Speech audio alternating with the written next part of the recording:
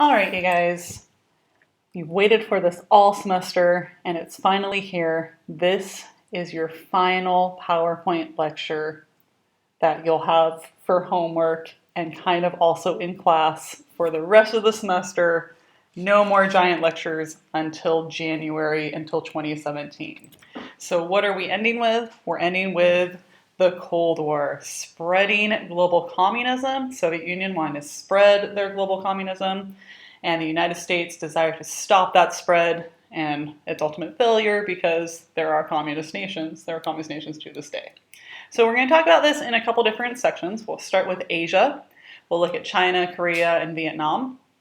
And then we will move on and we'll look at what happens in Latin America. And then finally, briefly, we'll look at the other regions, Middle East, Africa, etc. So let's dive right in. In order to understand Asia, we need to, of course, talk about the biggest Asian country, and that is, of course, going to be China. This is a little bit of a review because we've talked about the Chinese Civil War, if you remember our post-World War I blogs. So during the Chinese Civil War, we know it begins in 1927, and it lasts until 1937, and then it becomes the Sino-Japanese War, and then after World War II, it picks up again, and so from 1945 to 1949, the war continues. It's fought between the communists, led by Mao Zedong, and the nationalists, led by Jiang Jiechi. I apologize because I know I'm already butchering that name, but fear not, it won't be the last time I butcher a name tonight. So it's fought, and unsurprisingly, the communists win. And the Republic of China, which had been established in 1911, is now, in 1949, known as the People's Republic of China, which is as it's known today. Unsurprisingly, the Soviet Union is super supportive of this because Joseph Stalin is thinking, yes, finally, my goals for worldwide communism is coming to fruition. It's now Russia, Soviet Union, and China. Communist nations, best friends forever and ever, except JK, that won't last. People's Republic of China, they control what's China, as well as the region of Turkestan up in the northwest, Inner Mongolia up in the north, Manchuria in the northeast, and controversially Tibet, which is still relatively controversial, China's control to this day. The nationalist Jiang Jiechi and his supporters, they flee to Taiwan, to the tiny island of Taiwan, and establish the Republic of China. To this day, we have People's Republic, which is mainland China, and Republic of China, which is Taiwan. And surprising absolutely no one, America is going to support the nationalists because they are not communists. And America basically supports anyone who is not communist. Doesn't really matter what other type of government they have, as long as they're not communists. We're going to see this theme played out again and again. Sorry. All right, so to talk a little bit more about Mao Zedong, and you'll see his name spelled differently. In America, we spell it Z-E-D-O-N-G. In England and the Commonwealth countries, it's T-S-E/T-E-U-N-G. So that's just a fun fact for you. Multiple spellings of Mao Zedong. Mao is the chairman of the Communist Party. Chairman Mao, as he's known, and as chairman, he is also the leader of China, and he will remain that way until his death in 1976. He has been inspired by Marxism. He is all about that Marxist life. He's read all of Marx, very similar to Lenin in that he reads Marx and wants to adapt it for his own country. But obviously, what we see in China is not what Marx actually wanted, just like in the same way what we see in the Soviet Union is not what Lenin wanted for that country either. All right, sorry, that's my dog. So one of Mao's biggest, I think, kind of things that we associate with Mao is his little red book. You can see it in that drawing right there. It's basically his speeches, his sayings. It's pretty exciting, and most communist nations, definitely China, has a lot of copies of the little red book. All right, so Mao gets in charge. He's the chairman, and he decides, just like Stalin, just like we'll see other leaders, he is going to change things for the better.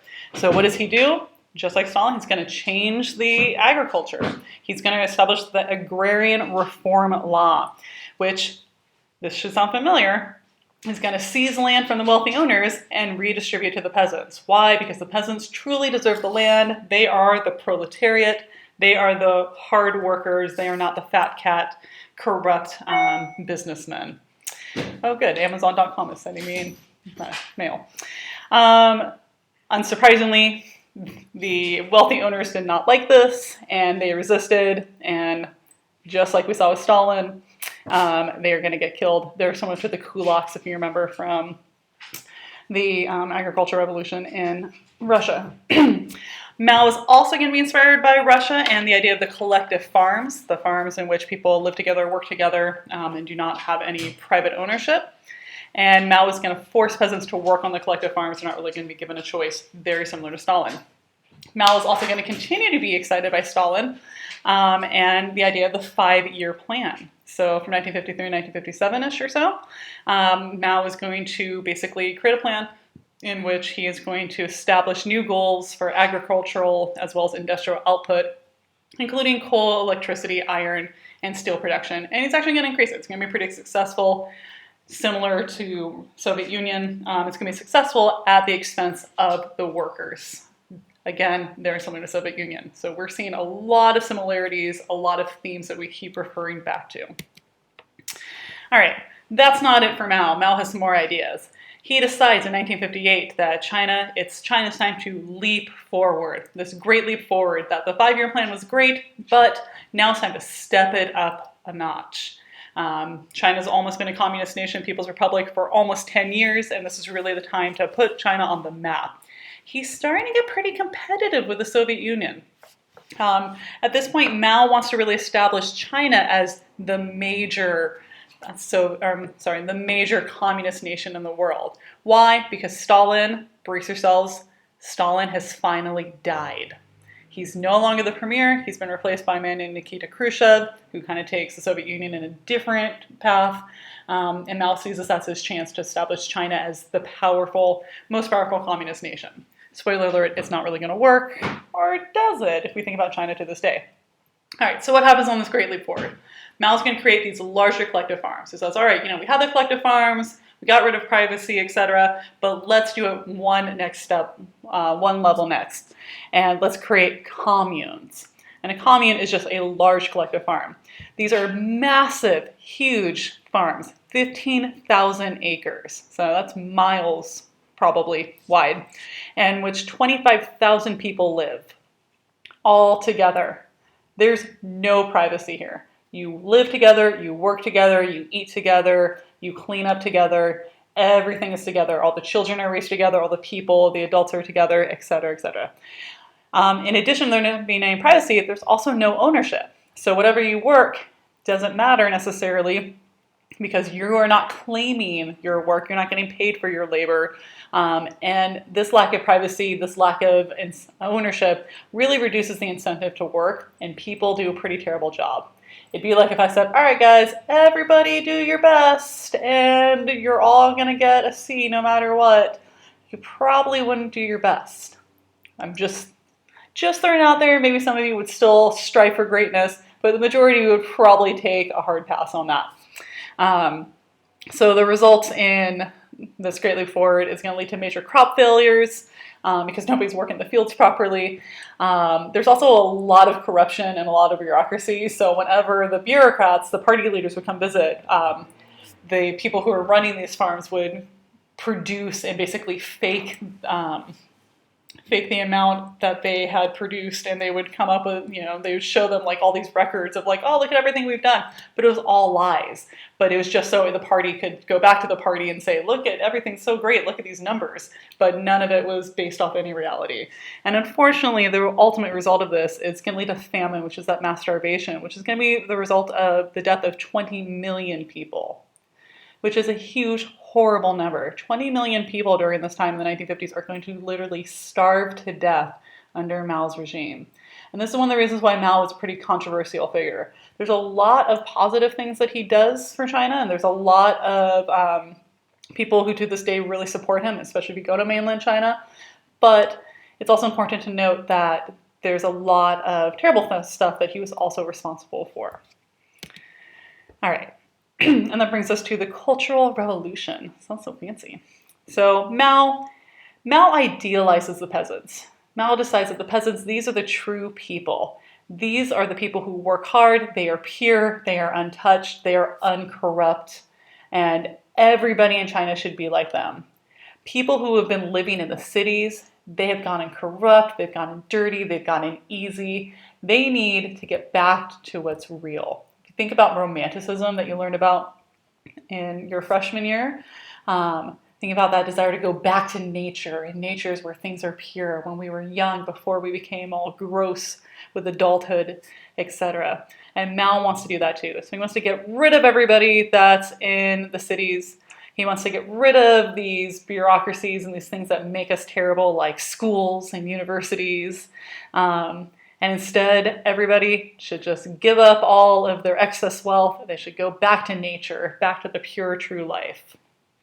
And if you don't want to do that, Mao's going to arm students so they will help you. These are known as the Red Guards. Literally, students, teenagers, people who would have been in high school and college, instead of going to school, they're given weapons and then told, hey, round up anybody who's resisting and make sure that they want to go to the farms, because that's the right answer and anything else is the wrong answer. Unsurprisingly, when you give uneducated teenagers weapons and tell them to round up other people, it's going to lead to a lot of chaos even. It's going to lead to a lot of death, as well as thousands being imprisoned and ultimately being executed.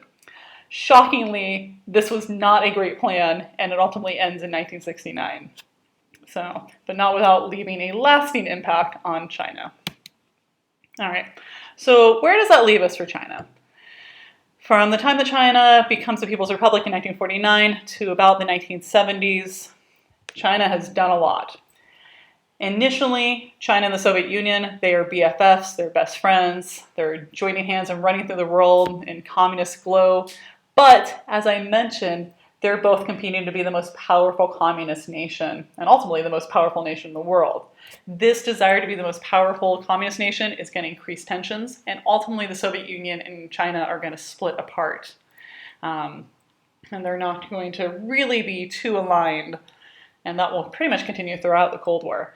Tibet is formally seized in 1962 after being occupied for a couple decades.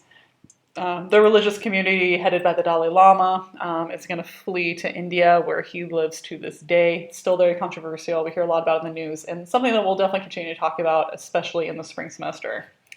Korea and Vietnam, as we will see in just a moment, they are going to turn communist, or parts of them will be communist, and China is going to aid those northern communist regimes. So North Korea and North Vietnam are going to get a lot of support from Mao and China in their desires to spread communism, because that's to Mao's benefit.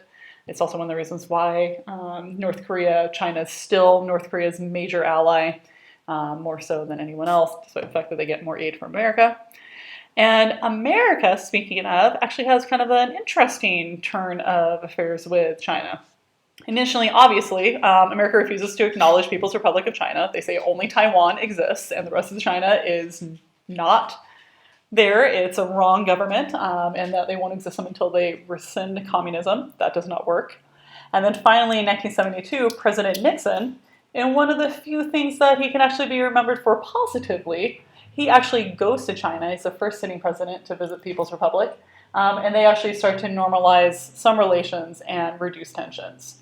This reduction of tensions will definitely be continued after Mao's death. Once, at that point, China under Deng Xiaoping will basically turn China into quasi-capitalist, and that's one of the reasons why China is our major trading partner to this day. But that's a story for another day.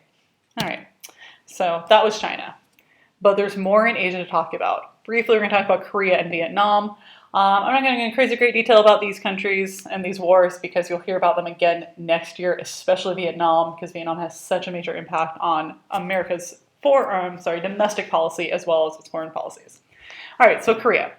As we know, Korea had been annexed and controlled by the Japanese from 1910 until after World War II, so until 1945. When it gets liberated, there are communists in the north, and there are capitalists and Democrats in the south. And nobody can figure out what to do with them. Unsurprisingly, the Soviet Union's like, hey, those communists, they should control everything. And America's like, not so much. We think the Democrats, they should control everything. So just like we saw with Germany previously, they decide to temporarily divide the country. So they'll say, all right, well, the communists up north, be north of the 30th parallel, We'll put the Democrats and those supported by America south of the 30th parallel, and then we'll have an election, and it'll all be great, and then the people will decide what could go wrong. Unsurprisingly, that got cut off a little bit. Unsurprisingly, lots of things go wrong because on June 25th, 1950, Kim Il-sung, who's the head of the North, there decides, hey, let's surprise and invade the South Koreans. This starts the war. The United Nations, newly minted because they're all about protecting human rights as well as promoting peace, they're going to condemn this because when you invade other countries and reject their self-determination, that is not an act of peace. And they're actually going to send troops to the South. The United States, we're also going to send troops. We're going to send air and naval forces. Now, why would America be so excited to get involved in a war? Not 5 years after World War II ends. 30-odd years after World War I ends. Why? Because America does not want America does not want communism to spread. They have a policy called containment policy. Think about a container. You put something in a container, you close the lid, you don't let it spread, or you don't let it out. Same thing with communism. So this containment policy, keep communism at its current borders. In 1950, those current borders are the Soviet Union and China. America does not want communism to spread anywhere else. So if it could stay in the Soviet Union, stay in China, and to an extent, Eastern Europe at this point, nowhere else. That means it cannot spread along the Korean Peninsula. This is why America gets involved. It's a pretty lame war. There's not too much that happens. Basically, the North, they invade, they get all the way to the South, and then they get pushed back. They get pushed back all the way to the North, and then the Chinese get involved, and then they get pushed. The Southern troops, they get pushed back south, and then they push the Northern troops back. And that's pretty much the war for the first year. And then from 1951 to 1953, there's basically a giant stalemate and nothing really happens. It's pretty brutal. It's pretty horrible. It's why it's known as the Forgotten War. We don't talk about it too much because, it's not exciting or sexy like our other wars that we talk about. But on July 27th, so 3 years and a month or so after it begins, North Korea, the United States, and China sign an armistice. Where have we heard of an armistice before? That's right, if you're thinking of World War I, it's that agreement to stop fighting. This is not a formal treaty. Instead, they say, all right, we will stop fighting, we will figure out the peace treaty and the terms at a later date. They establish the demilitarized zone, which is known as the DMZ. It's at the 30th parallel, where Korea was initially partitioned. This is not a normal border. It's not like a border like what we share with Canada or Mexico or any other nations in the world. This is an active border of war, essentially. And that's why you can't travel between the border, and it's very dangerous. And if you ever go, which, I don't know, maybe you'll go at some point, you should know that you can't wear any clothes that have any writing on them. You can't play any loud music. It's super intense. It's super militarized because the North Koreans are scared that you will be sending secret information across the border. So this ends the war, but there's no permanent peace. In fact, North Korea is still technically at war with us. So, fun fact, we're at war with North Korea. It's never ended, alas.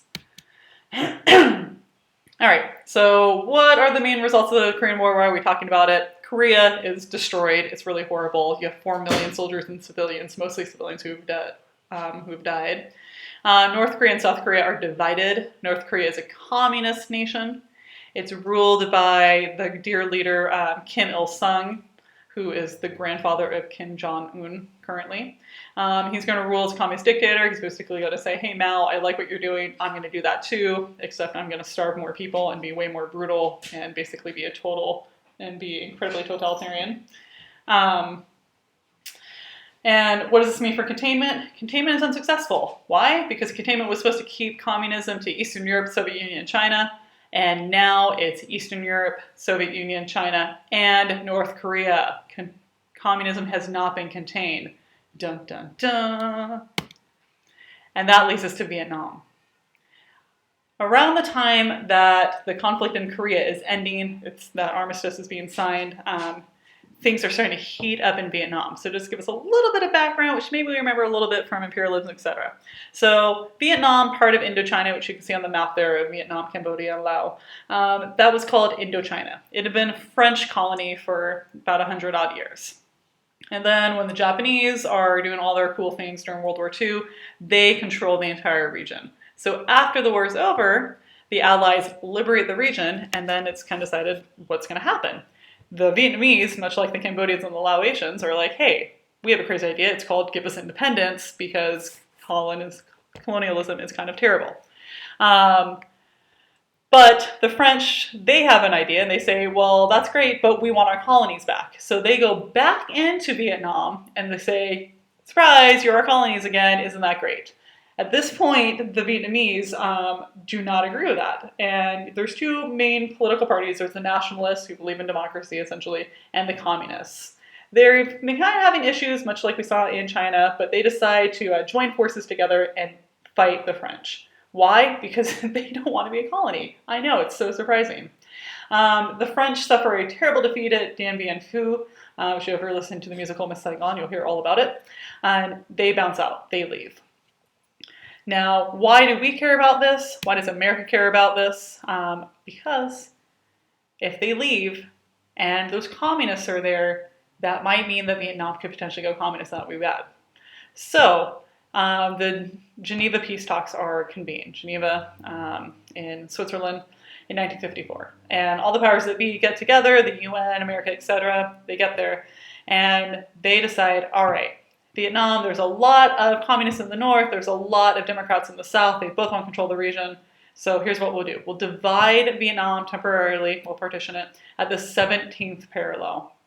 The north, they can be communist for the moment, unsurprisingly supported by China and the Soviet Union, led by Uncle Ho, Ho Chi Minh as he's known. If you ever go to Vietnam, you will see him everywhere, and I mean that everywhere. The South is supported by America, and it's led by a man named Ngo Dinh Diem, another name I'm butchering. The rest of Indochina is split into Laos, Cambodia, and then North and South Vietnam. And everyone's like, yay, this is so great. We've divided Vietnam, everyone's happy. We'll have an election later, and it will be great. They are going to have the election for Vietnam, and it's between Ho Chi Minh and Ngo Dinh Diem. And unsurprisingly, everybody votes for Ho Chi Minh. Why? Because Ngo Dinh Diem is terrible. He's a super brutal dude. He rules basically as a dictator. He's really bad to the Buddhist monks. In fact, Buddhist monks protest through self-immolation, which is setting yourself on fire. And there's literally like a dozen monks that set themselves on fire to protest how terrible Ngo Dinh Diem is. So it's unsurprising that everyone wants to go to, like TripAdvisor. It's unsurprising that everybody wants to go to communism. But America cannot let that happen. Because America does not want South Vietnam to fall to communism. They do not want a repeat of communism spreading just like they saw communism spread and take over North Korea. So they decide America needs to get involved. They need to stand up. They need to protect containment. And they're very fearful of this idea of domino theory, which is if one country falls, it will lead to others falling. China fell to communism. North Vietnam fell to communism. North Korea fell to communism. If Vietnam falls to communism, Laos will go communist. Spoiler alert, they do. Cambodia could go communist. Thailand could go communist. Burma could go communist. India could go communist. And now suddenly almost all of Asia is communist. That's terrible. So they decide that they're going to get involved. This is actually secret, and it's actually LBJ, Lyndon Baines Johnson, is usually the president associated with it. But this is actually a policy that started under JFK. And I think if JFK had not been assassinated, he probably would have been much more synonymous with the Vietnam War. So initially we send troops in, we fight the Viet Cong, or the VC, or Charlie as they're known. And these are the communist Vietnamese guerrillas, guerrilla fighters. So fight the Viet Cong. It's a pretty horrible, brutal war. I'm not going to go into detail because you'll learn about it a lot next year. But it's really controversial. There's a lot of people in America who don't support it. This is also, it's known as a living room war.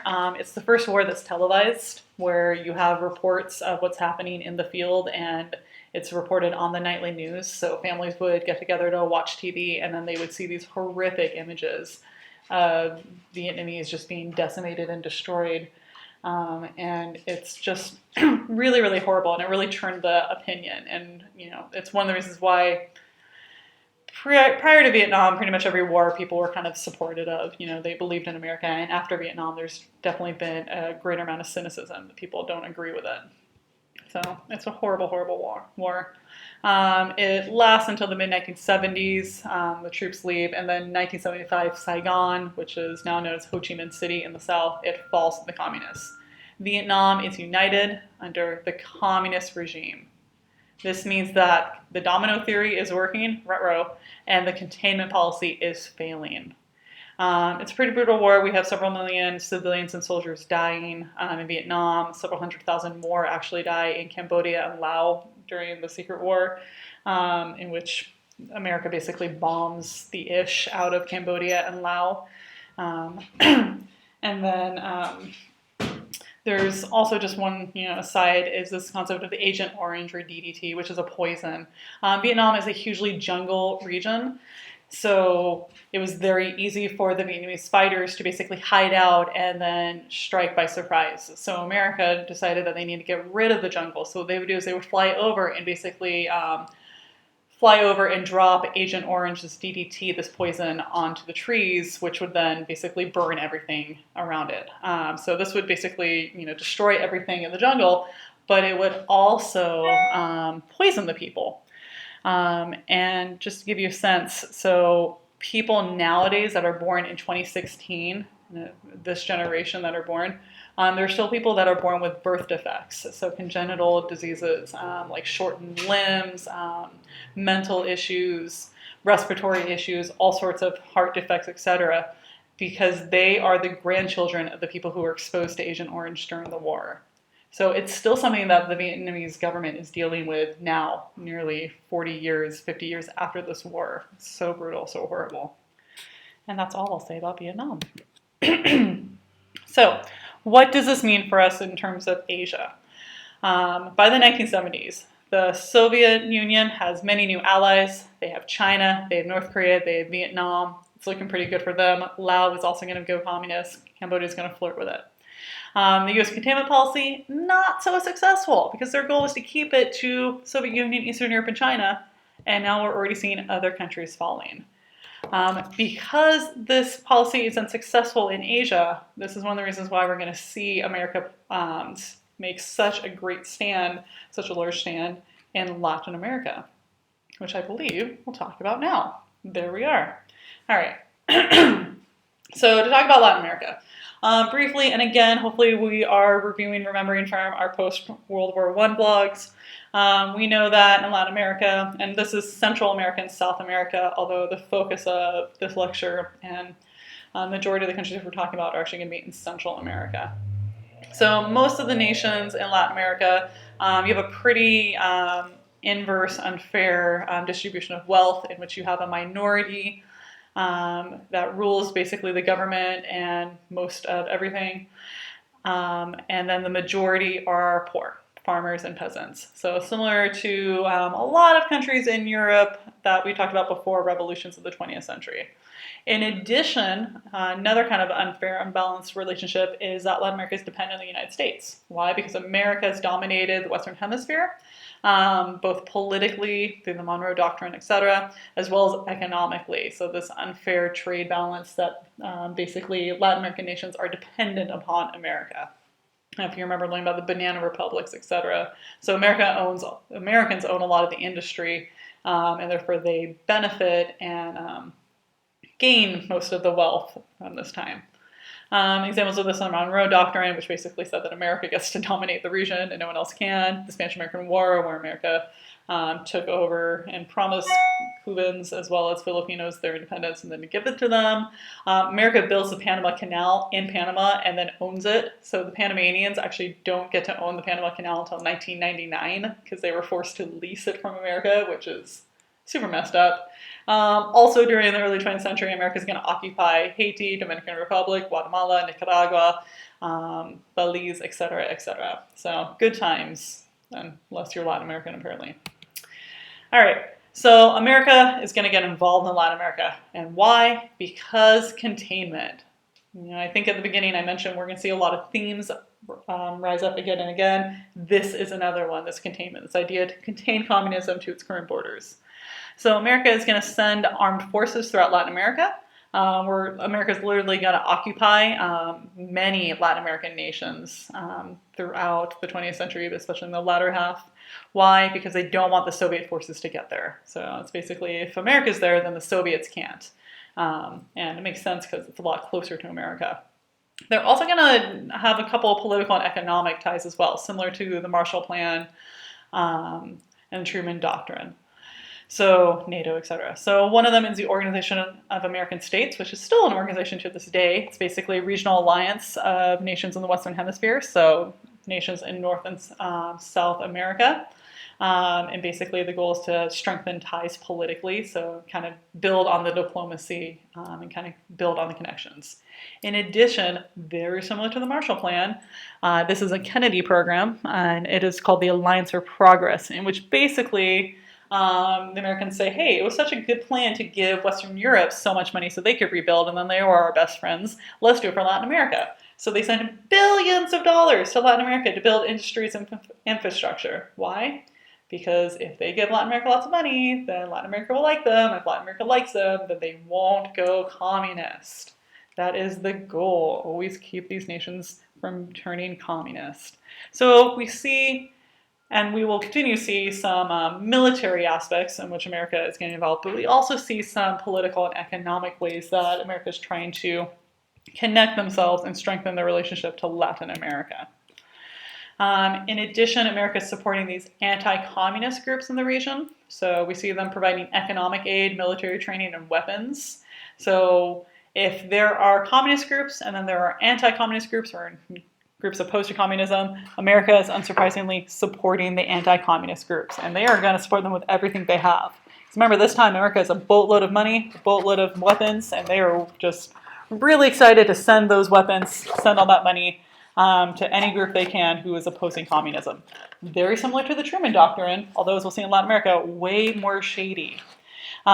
Especially because this is going to lead to America supporting a lot of dictatorships.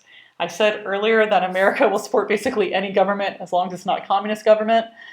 They really don't care too much if they're a dictatorship because as long as the people are not communist, it doesn't matter if they don't have freedom. Kind of ironic, kind of terrible. So, as it says, they prefer hardline rulers rather than communists, which is pretty messed up. All right, so let's talk about a couple of countries, a couple of things that happen. And if we're going to talk about communism and the Cold War and Latin America, we can't not talk about Cuba because it is the major communist nation. It's still very prevalent. Definitely we've been hearing about a lot in the news with the death of Fidel.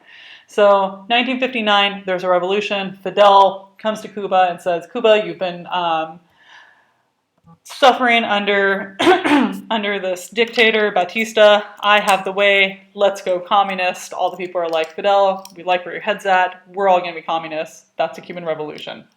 So the revolution happens, and Fidel, with his awesome beard, is going to be the new leader of Cuba. And America says, that's cool, you can be communist, but you're dead to us. So they declare a trade embargo, which means that they will not import or export any goods to and from Cuba and break diplomatic relations. So we remove our embassies, and basically Cuba is pretty much dead to us as much as they can be. An embargo, as we know, is refusal to tax or import goods, which if you know, you don't need to write that down. And if you don't feel confident in your knowledge, you should probably get that information there. Despite the fact that America says Cuba's dead to them, that doesn't mean that they don't try to actually still mess with Cuba. One of the biggest events is this Bay of Pigs, and the Bay of Pigs is actually a bay in Cuba. I don't know why it's called Bay of Pigs. I assume that there are pigs there. In which the United States basically attempts to take Cuban exiles. Because after the revolution, the wealthy class, they all have to leave Cuba. Because basically it's either leave or it's stay and basically have everything taken away. And if you oppose, you could be jailed or worse. It's a pretty brutal government. Cuba's pretty controversial. They've done a lot of good things, but they've also done a lot of really terrible things, especially when it comes to human rights violations. So there are a lot of people who leave. Cuba is also about 60 miles from Miami, from the coast of Florida. So it's pretty easy to get to Florida. And there's still a large Cuban American population down there. which definitely have been in the news, what with, again, the death of Fidel. So there's a lot of Cuban exiles in Florida. So the CIA basically gets a bunch of them together, secretly trains them, and then takes them back to Cuba, drops them off at the Bay of Pigs, and the idea is that they will like go in, they'll invade, they'll take out Castro, and then they'll take back Cuba away from communism, and it'll be great. It fails miserably. It's so bad. They do such a bad job. It becomes this international fiasco, and everybody's basically laughing at America, and it makes us look really, really bad. I should also mention at this time, America is also trying to kill Castro nonstop. I actually just read with his death that apparently the CIA tried to assassinate him over 600 times. And they did lots of crazy things. There's, your standard assassinations, etc. But they would also do things like they tried to put like poison in his shoes, so it would like slowly kill him. They tried to put explosives in his cigars that he was famous for smoking. Lots of really just bizarre and kind of ridiculous ways. So the moral of the story, America not looking so good. And this is why in 1963, Nikita Khrushchev, who's now the premier of the Soviet Union, says, hey, America, you're looking pretty dumb. Cuba, we really like you. We want to send you some nuclear weapons. And Fidel Castro was like, yes, bring the weapons, send them to Cuba. We will keep them in Cuba. It will be amazing. Why is this bad? Because Cuba, as I said, is 60 miles from Florida. It's only a couple hundred miles to Washington, D.C.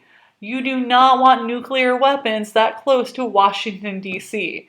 So JFK gets on the phone. He calls up Nikita Khrushchev, and he's like, Nikita, you cannot send nuclear weapons to Cuba. That is not cool. I will not stand. If you send the weapons, I will turn the weapons that I have in Turkey and in Greece and in other nations, and I will turn them to Russia, and I will set them to launch. And Nikita Khrushchev says, that's fine, because if you do that, then I will launch the weapons I have that are close to you. And it's basically a giant standoff. It's super intense, and for 13 days, the world is literally at the brink of war. Ultimately, finally, fortunately, thankfully, Nikita Khrushchev backs down, and he turns the missiles around. They get almost all the way across the Atlantic Ocean, and then they are turned around, and fortunately, we do not go to war and do not destroy the world, and we're not currently living in a nuclear holocaust, so that's a good thing. So that's a Cuban Missile Crisis. All right, so as you can imagine, America is super scared about communism spreading. It's bad enough that it's spreading in Asia, but that's far away. If it spreads in Latin America, that's really going to be bad because that's really close to America. So the United States, they have to support groups that oppose communism. Does not matter who they are. So we'll see them supporting governments against communist groups, against rebels. We see this in Guatemala, which is a pretty brutal war, civil war that lasts from 1960 to 1996. It's a really long war in which these communist Marxist rebels, they fight the government supported by America. The government sanctions the killing of over 200,000 people died during this time at the hands of their government, which is super messed up. In addition, there's about 40 to 50,000 men and women and children who are known as the disappeared. That they are just disappeared, the records are gone, and nobody knows what happened to them. So their family members are still searching for them. And they are still finding information now, decades later, but it's really horrible and brutal. And it's something that we'll talk about again, because it actually leads to genocide. So we'll talk about that in the spring. We see a very similar thing occur in El Salvador. Again, the government is fighting against the Marxist rebels. Marxist rebels and the governments are both going to use guerrilla war tactics, so a lot of surprise, a lot of attacks. They're going to use death squads, in which basically militias will go into towns and round up everyone and murder them on site. It's really horrific. As well as the use of child soldiers. So that's fun and terrible. Children as young as 5 and 6 are armed and basically made into killing machines. We'll see that in Africa as well from time to time. The United States is going to supply weapons and training to these government forces. They're also going to support free elections because, that's nice. This war, which lasts actually until the early 90s as well, is going to lead to about 75,000 people dead and the devastation and destruction of the country, which is something El Salvador is still dealing with to this day. If you remember hearing last year was much more prevalent in the news about the teenagers and the influx of refugees that were and migrants that were coming from Central American countries fleeing gang violence. This is basically one of the major reasons why this gang violence occurs, because the government is so unstable and can't provide any support for its people, which is basically why you have a government, which is what's allowed these gangs to basically take over and gain so much power. So it's still brutal. We still see the effects of the civil war in El Salvador and other nations in these countries to this day. All right, there are some other interventions as well. There's in Nicaragua. This one's a little bit different because in this one, the communists are the government, so America has to support the opposition. So Marxists, and I apologize, they got cut off, Sandinistas. Sandinistas is named after a rebel, Mexican rebel, so Sandinista, Sandinistas,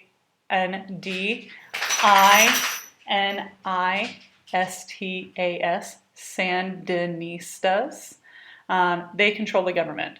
And the nationalist Contras are the guerrillas of the opposition. America supports the Contras. They use a trade embargo to hurt the economy. So they basically say, we'll just tank the economy, and then the government will fail, and then we'll get the Contras in power. In addition, this is super shady, they also illegally sell weapons. They sell weapons to Iran, who's also fighting a war at this time. This is the 1980s.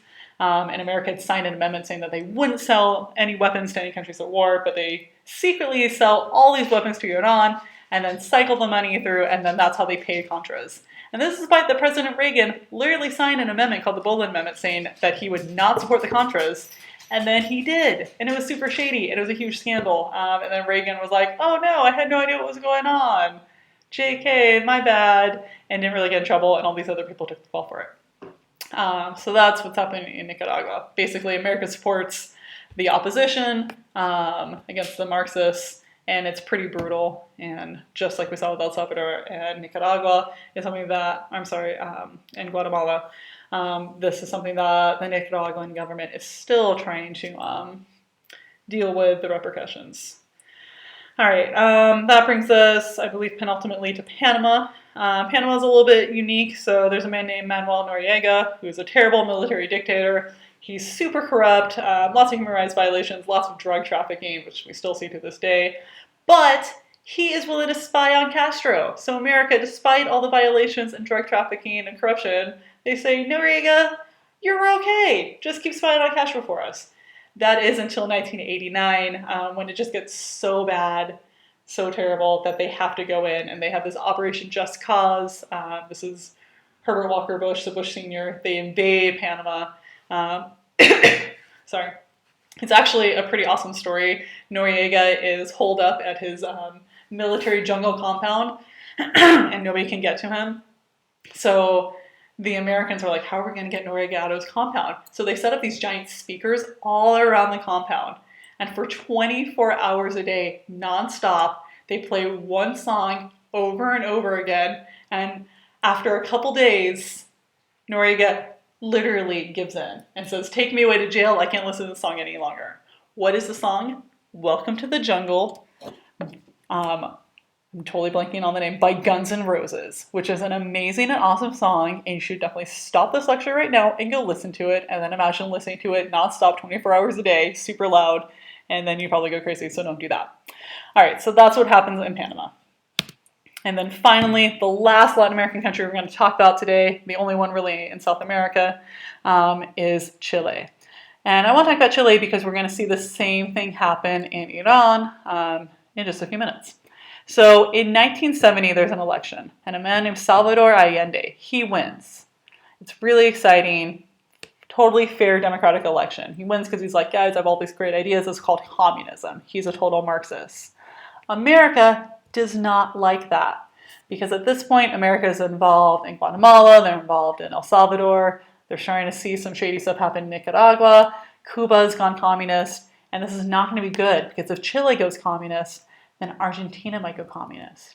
and then Paraguay might go communist, and Uruguay, and Bolivia, and Peru, etc., etc. So again, that domino theory, that fear of communism spreading. So what happens? The CIA, they're going to organize strikes. This is all secret and hush-hush. They organize strikes against the government. They place trade embargoes and basically try to tank the economy. They try to get everyone to be super mad at Allende because Allende's elected and he's like, I'm going to make the economy better. And then the CIA basically totally subverts him and ruins the economy.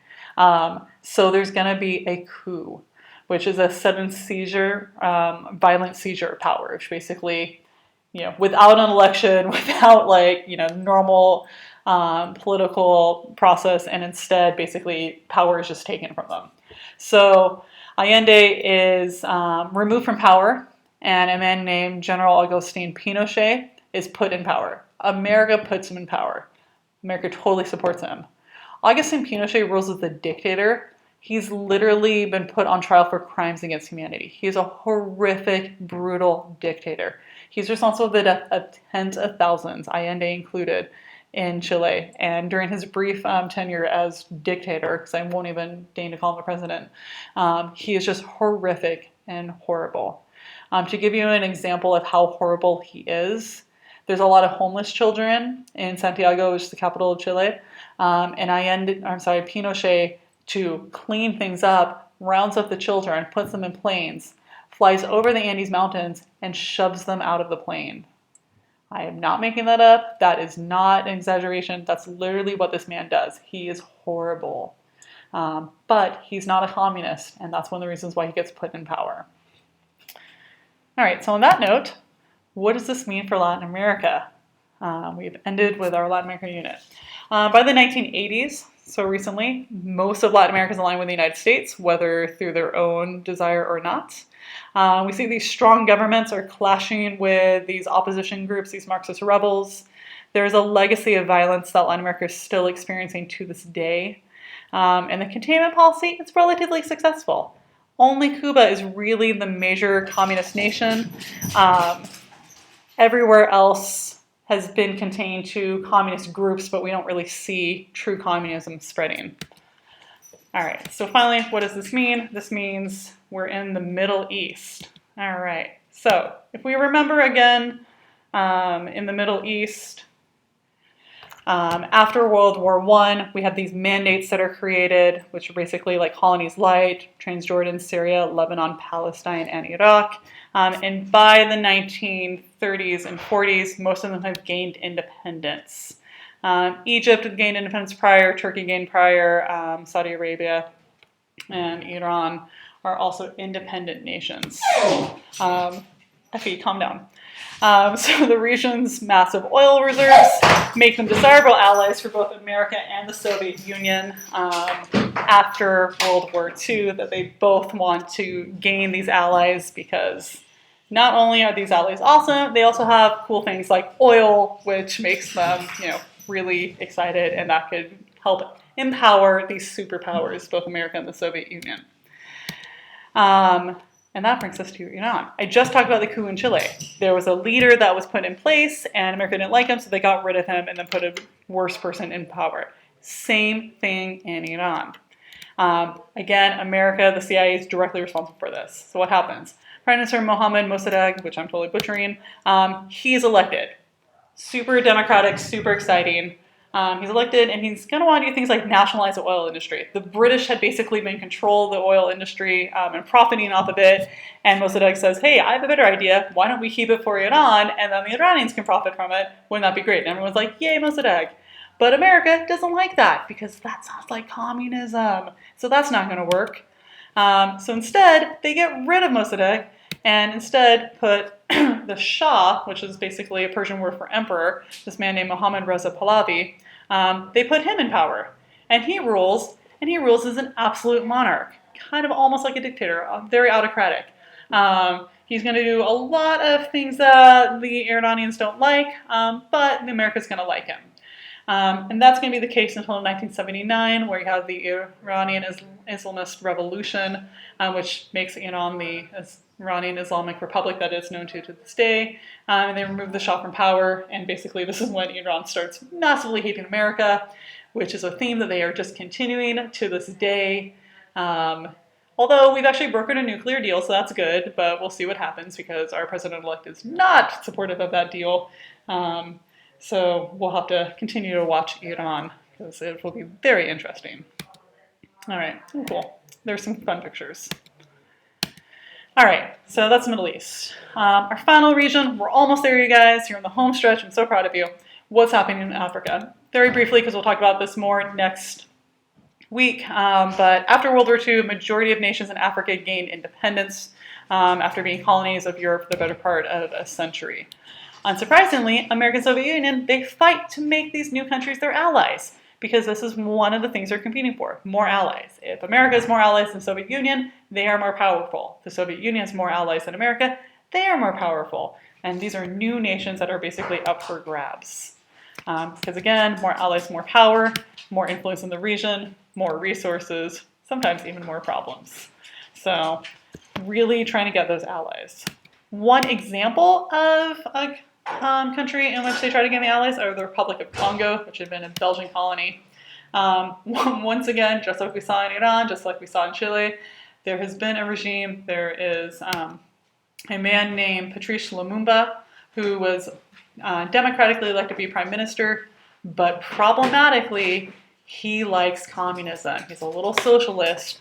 It's a little problematic. So the CIA, once again, for the third time now, goes in, removes him, and instead puts a man named Mobutu Sese Seko into power. And Mobutu Sese Seko rules Congo as an authoritarian dictator until his death in 1979. It's pretty messed up, despite how awesome his hats are.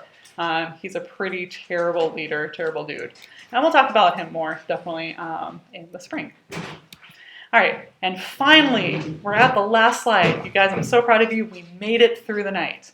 The last piece of our puzzle. We've talked a lot about regions that have either been allied with the Soviets, like China and Vietnam and North Korea and Cuba. We've talked about a lot of countries that have aligned with America, Western Europe, rest of Latin America, etc. But what about the countries who don't ally with either side, who actually remain independent and above the fray? These are known as non-aligned nations. Non-aligned nations are nations that remain neutral during the Cold War. They're non-aligned. In 1955, in Bandung, Indonesia, which sounds like a really awesome place, there is an Asia-African Conference. It's basically a group of newly independent nations that are like, hey, we've all gained independence. This is great. We should support each other because if we don't, we might become controlled by either the Soviets or Americas. So they get together and they say, instead of aligning with the Soviet Union or America, let's support each other. Let's form our own alliance and support self-determination, despite the typo there, and support ourselves. So these are mostly Asian and African countries. The major players here are going to be Indonesia, which not surprisingly because that's where the conference was started, former colony of the Dutch, India, former colony of the British, Yugoslavia, which is kind of interesting because they kind of flirt with communism, but they never are forced under the Soviet bloc, so they remain independent. Egypt and Ghana in Africa. They're the leaders of this movement, and they're the ones that basically push to remain neutral. There are many other nations that will ultimately join them during the Cold War, and at times some of these nations do ally more with the Soviets or with the Americans, but they never formally join an alliance. They're never part of NATO during this time or the Warsaw Pact, and they're basically able to avoid proxy wars and avoid a lot of the terrible histories that we've seen in other nations. These are the non-aligned nations. They don't ally with either one. So by the 1970s, where does this leave us? We have nations that are allied with the Soviet Union, China, North Korea, Eastern Europe, Cuba, etc. We have nations that are allied with America, Latin America, Western Europe, some of Africa, some of Asia. And we have nations that are non-aligned, that have managed to remain independent. Um, Up until the 1970s, the tensions that started after World War II are continuing to increase. The fears of conflict between these superpowers continue to expand and grow for people. The fears of nuclear conflict is massive. As I said in earlier lectures, there's enough nuclear weapons to destroy the world 7 times over. So people are very fearful of this. It cannot last. And as we'll see in the spring, when we come back, we'll see after this period of ramping up tensions, we'll actually see things start to decline and de-escalate until ultimately the Cold War will end. But that is a story for another day. So congratulations, you survived your PowerPoint. And I look forward to discussing this with you in class sometime soon.